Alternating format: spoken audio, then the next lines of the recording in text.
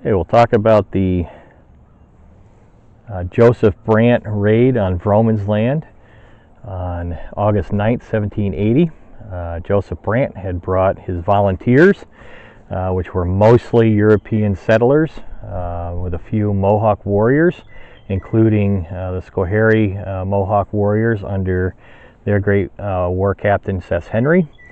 There were about 80 of them, and they were in the hills around the Schoharie Valley in that morning, and they descended upon Vrooman's land, mainly because most of the farmers were out in their fields, and the upper fort, if Brant had known this, might have attacked it. There were only about a dozen men there, guarded by a sergeant, because everybody else had gone out to farm. So Brant descended on the valley in 3 parties. One party went to Vrooman's land, where many Vroomans lived here. We're overlooking now the site where Lieutenant Ephraim Vrooman lived, and Schoharie, Benjamin B. Craft, and others descended on this farm. And Lieutenant Ephraim Vrooman and his wife saw the war party coming, and they tried to gather up their children. The wife took a small girl by about 6 years old. At least she was looking for her, and Lieutenant Vrooman had taken an infant with him, and they were separated. So Mrs. Vrooman went off in a cornfield searching for her daughter, calling out for her, and immediately was shot down by Schoharie.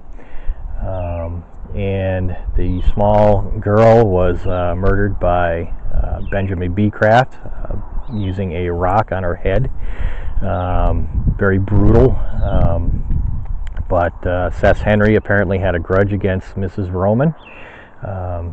When the Vroomans were married, Schoharie was in the kitchen, and Mrs. Vrooman was overheard to say in Dutch, thinking that no one could understand her there, asking what these basically Indian dogs are doing here. The story is, according to tradition, that Schoharie had remembered this and held that grudge for quite a while and took it out on her as he supposedly stood above her after shooting her. He asked her what these Indian dogs do here in Low Dutch.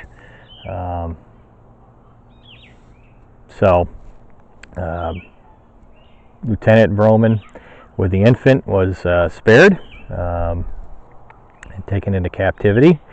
Then another party went over to the house in this vicinity of Tunis Vrooman, killed him and his wife. And nearby, one of the Vrooman children was hiding, a little boy, was hiding by a fence post, and his location was given up. And he was caught by Benjamin B. Craft, who bent him over his knee, slit his throat, hung him on a fence post. And all the captives of the area, after the homes and farms were burned, were marched by him as a warning. This is what's going to happen if you don't keep up and you don't do what we tell you.